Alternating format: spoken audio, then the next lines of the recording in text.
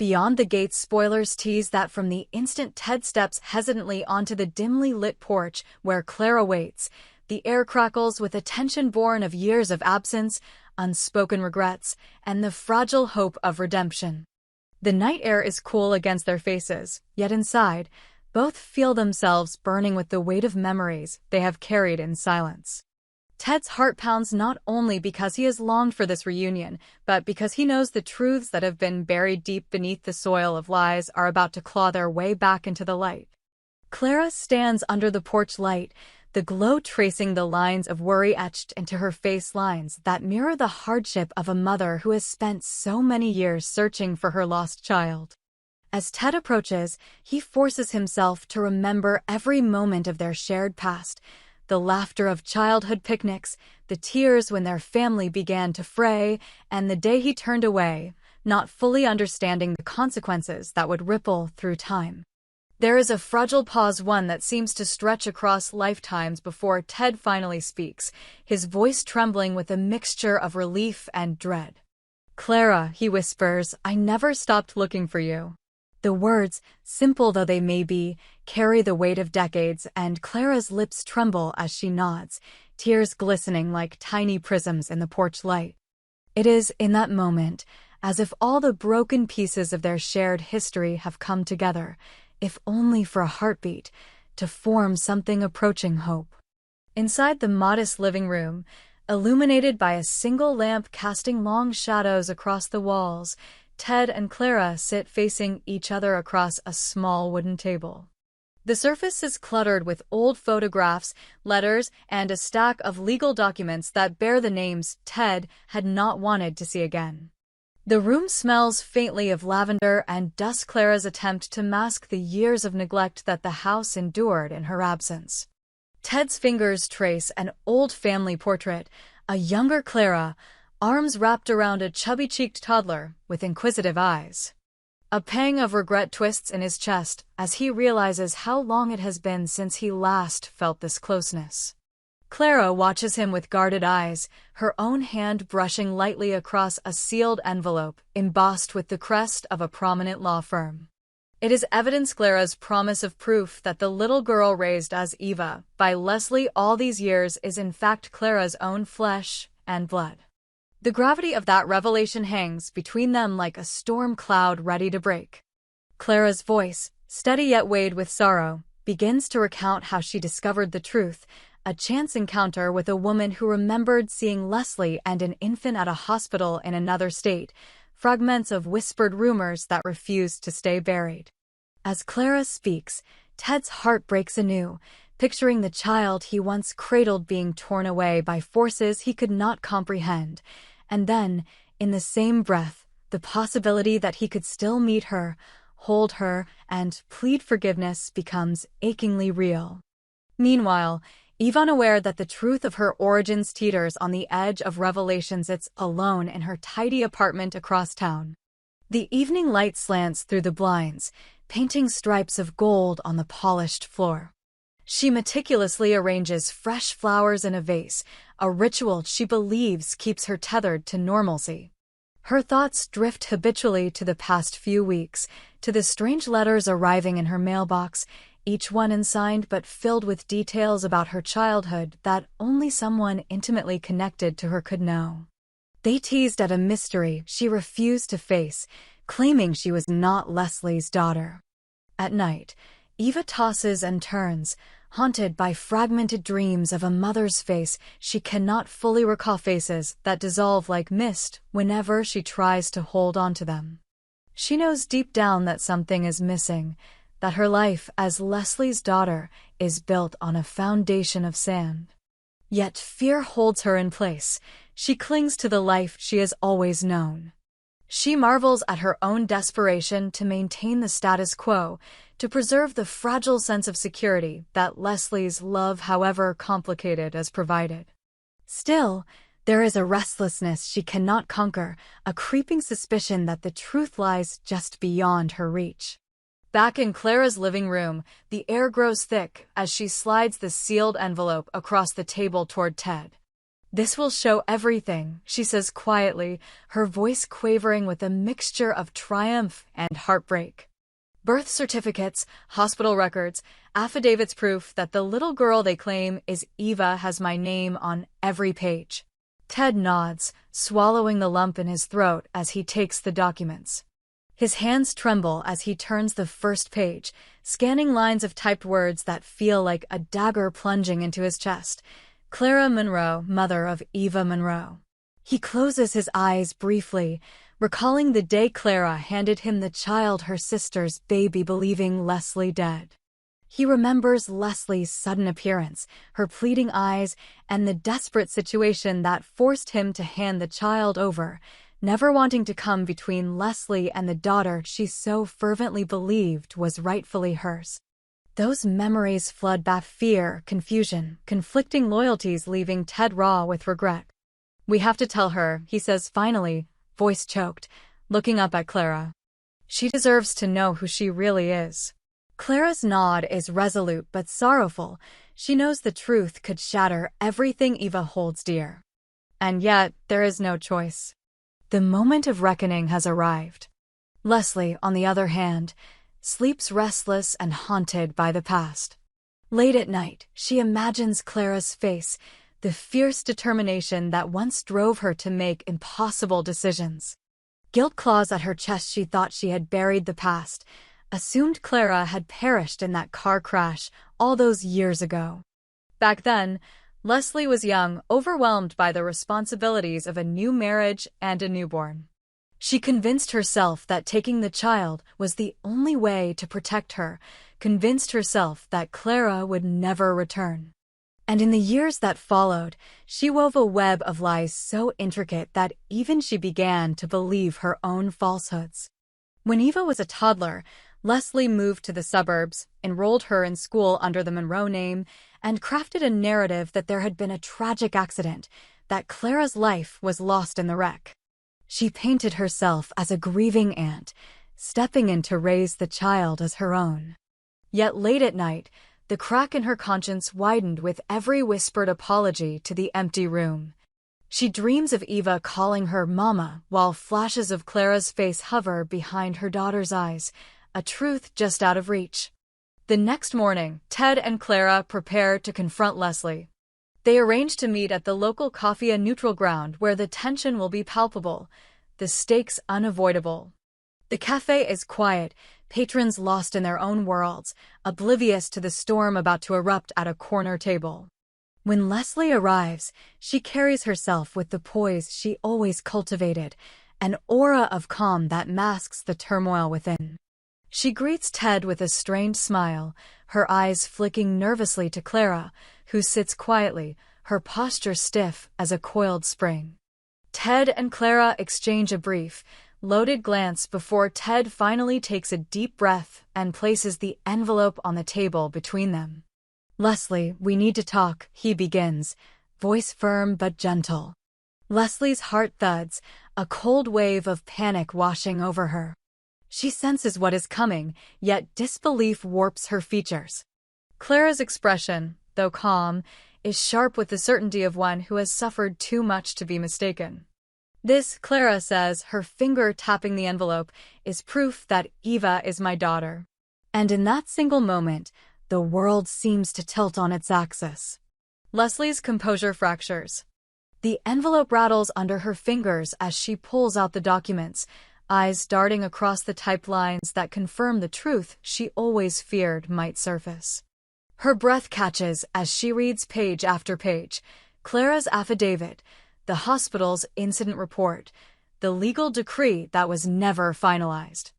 Tears well in Leslie's eyes before she can stop them.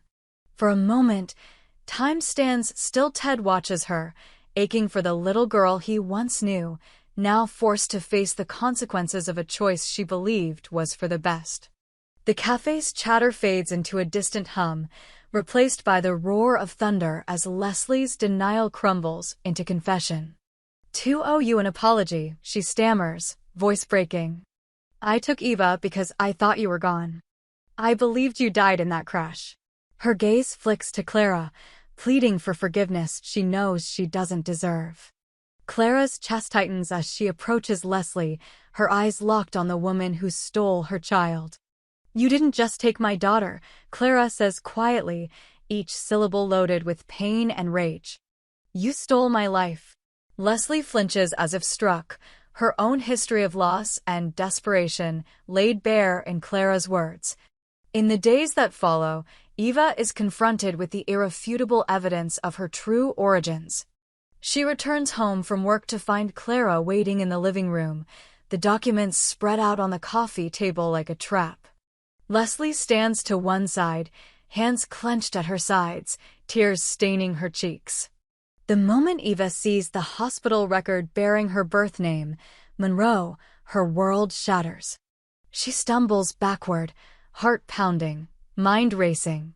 Memories of bedtime stories told by Leslie, the lullabies that lulled her to sleep, all come crashing down as she struggles to reconcile the woman she has always called Mom with the stranger before her. Clara's voice is gentle but unwavering as she explains the circumstances: the car accident that nearly took her life, Leslie's desperate pleas, and the agreement she forced upon Ted, an agreement made under duress, driven by fear and grief. Each detail feels like a blow to Eva's chest, leaving her breathless, tears streaming down her face. Leslie falls to her knees, arms outstretched as if to catch a daughter who will never be the same again. "I did it because I loved you," she cries. "I just wanted to protect you." But Eva, trembling and broken, cannot reconcile love with deceit.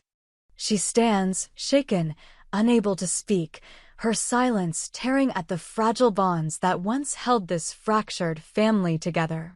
As the dust settles, Eva retreats into herself, haunted by the revelation that her identity is built upon a lie. She wanders the streets at night, clutching a locket with 2 photos inside, one of Leslie cradling her as a baby, the other of Clara, arms outstretched in despair. She presses the photos to her heart, feeling the weight of 2 mothers vying for her love, her loyalty. Sleep eludes her. Dreams are invaded by the terrified face of a little girl crying out for both Clara and Leslie, begging them to explain why she was torn apart. In the solitude of her apartment, Eva confronts the truth that the person she thought was the anchor of her life is the one who uprooted her entire existence. And yet, as tears streak down her cheeks, she wonders if forgiveness is possible, if love can be reborn from such devastation. She recalls a memoria glimpse of Clara's face on a hospital bed moments after giving birth, trembling and pale, her eyes wide with love and terror. That memory becomes a flicker of hope, a reminder that maybe the bond between mother and child can withstand even the cruelest of betrayals. Clara, too, is tormented by guilt and longing. Each night she sits by the window of her modest home, the moonlight casting a pale glow on her sorrowful face.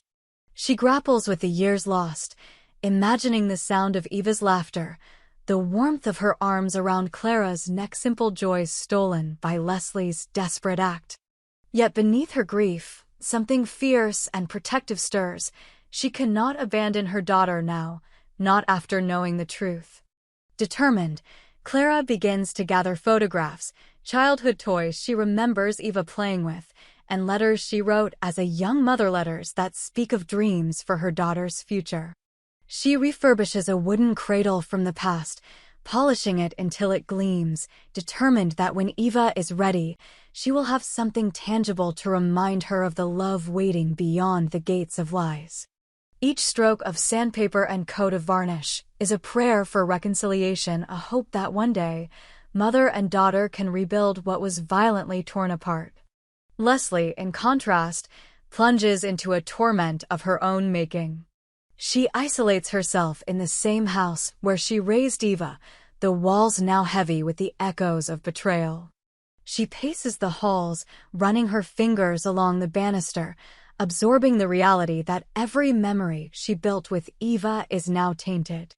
She clutches a small wooden music box, a gift she gave to Eva on her 5th birthday, and listens to its haunting melody as tears stain the floor beneath her. She replaying every lie she told, Every moment she chose deceit over truth, torturing herself with regrets that threatened to consume her. Yet beneath the despair, she cannot relinquish hope entirely. She knows that somewhere beneath Eva's anger lies a child who once smiled at her bedtime stories, who sought comfort in her arms. That memory, fragile and flickering, compels Leslie to reach out, to seek forgiveness that she may never fully deserve. Months pass and the small town becomes a tinderbox of whispers and speculation. Neighbors talk of the woman who lost her daughter, of the woman who raised a child not her own, and of the daughter caught between two mothers. Some sympathize with Clara's pain, while others pity Leslie's desperation.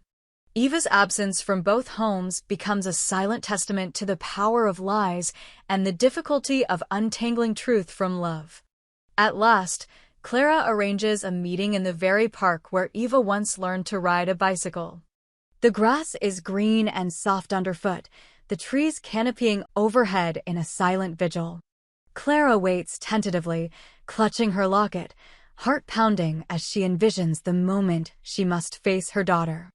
From the corner of her eye, she sees Eva approaching, taller now than she remembered, eyes shadowed with sorrow but shining with a determination that echoes Clara's own. They stand facing each other, years of grief and longing hanging between them like a shroud. Clara takes a hesitant step forward, arms trembling as she opens her arms. "Eva," she says, voice barely above a whisper. "I have waited so long for you." Eva stops, her breath catching as she meets the mother she has only known through dreams and faded photographs. The years of anger and confusion swirl inside her, but as she feels Clara's arms around her, she cannot help but dissolve into tears. The cradle Clara prepared sits nearby, a silent witness to the years lost. For a moment, mother and daughter embrace, hearts beating together in a fragile rhythm of hope. Clara's voice trembles as she speaks. "I know I cannot undo the past, but I will spend every day making up for the time we lost." Eva pulls back slightly, searching Clara's face, tracing the lines marked by grief. "Why didn't you fight harder?" she asks, voice choked. Clara's eyes fill with tears as she explains how Leslie's lies nearly broke her, how the courts believed the story of a grieving aunt, how she had to gather proof, piece by piece, to bring the truth to light. "My love for you never wavered," Clara insists. "Even when I couldn't find you, I felt you in my soul." Eva's gaze softens, and she reaches for her mother's hand, gripping it tightly. "I'm scared," she admits, "scared that I won't know which life to choose." Clara nods, understanding that the journey ahead will be painful.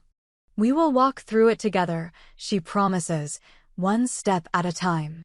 At that same moment, Leslie watches from a distance, having followed Clara to the park at the last minute. She stands behind the towering oak tree, watching the reunion unfold with a tumult of emotions roiling in her chest. She sees Eva's tears, hears Clara's gentle reassurances, and feels an indescribable ache, regret piled atop regret. The pride she once felt in being Eva's mother crumbles as she realizes that her love cannot compete with the truth bound by blood. She lowers her head, eyes stinging with tears, and walks away from the park, leaving mother and daughter to navigate their newfound relationship. Leslie knows she must face the consequences of her actions. Apologies will not be enough, and she must rebuild her life upon a foundation of honesty. As she disappears down the path, the weight of her choices settles upon her like a physical burden. Yet in her heart, she carries a glimmer of hope that perhaps, someday, Eva might forgive her, for in love as well as truth, there lies the possibility of redemption. The weeks that follow are a crucible of emotion. Eva divides her time between Clara's modest home, where every corner echoes with a love she never knew, in the suburban house where she was raised, the place filled with comfort yet haunted by betrayal. In Clara's kitchen, they bake cookies together, the flour dusting their aprons as Clara teaches Eva the recipes she once dreamed of sharing. Each laugh that bursts from Eva's lips feels like a reclamation of a childhood stolen. Clara shows Eva the letters she wrote but never mailed, each one a testament to a mother's undying devotion. Eva reads them with trembling hands, absorbing the pain and the hope woven into every sentence. She feels torn yet grateful for the chance to reclaim a past that was nearly erased. Meanwhile, Leslie moves into a small apartment across town, selling the suburban house that once felt like a sanctuary. She takes a job at a local nonprofit, pouring her energy into helping others, as if to balance the scales of her own misdeeds. Each night, she writes letters to Eva, letters she never sends, pouring out her apology and her love onto the page, hoping that one day her daughter's heart might soften. As summer fades into autumn, the three lives, Clara's, Eva's, Leslie's, begin to find a fragile new equilibrium. On weekends, Clara and Eva walk through farmers' markets, their bond strengthening with each shared smile and whispered confession. Eva learns about her mother's past, about Clara's dreams for her childhood, and Clara discovers the resilient, compassionate woman her daughter has become. Leslie, watching from a distance, sees the growth in Eva's eye, the same determined spark Clara once showed. Though Leslie's heart aches with the knowledge that she cannot reclaim her place as Eva's mother, she finds solace in knowing Eva is happy, cared for, and loved. And in that acceptance, Leslie begins to forgive herself, understanding that her desperate act was born of an equally desperate love, though misguided. Finally, one crisp morning, shoulders squared with newfound resolve, Leslie approaches Clara's door. Clara answers, surprise flickering across her face. Without a word, Leslie extends an envelope containing the first real birthday card she ever bought for Eva, yellowed with age. Clara accepts it, glancing at the delicate script where Leslie had once written, "Happy birthday, my precious girl." Leslie's lips tremble as she speaks. "I know I have no right, but I want you to know that I love her still." Clara's eyes soften as she looks at the faded card, seeing in it the complex tapestry of love and regret that binds them all. They stand in silence, an unspoken understanding passing between them. While they can never undo the past, they can choose compassion over vengeance. And so, under the golden glow of an autumn morning, the three stand on different paths yet bound by a single story, one of loss, deception, and, ultimately, love that transcends even the deepest betrayals. The gates of truth have been flung open, revealing the tangled web that once imprisoned them, and in that revelation, they find freedom. For Clara, reunion with her daughter is the promise of a future built on honesty. For Eva, the painful journey toward her true identity becomes a testament to her strength. And for Leslie, the path to redemption unfolds in her willingness to step aside, to acknowledge her wrongs, and to allow her daughter to choose her own destiny. Though the road ahead remains uncertain, they each carry within them the hope that love, when grounded in truth, can heal even the most grievous of wounds.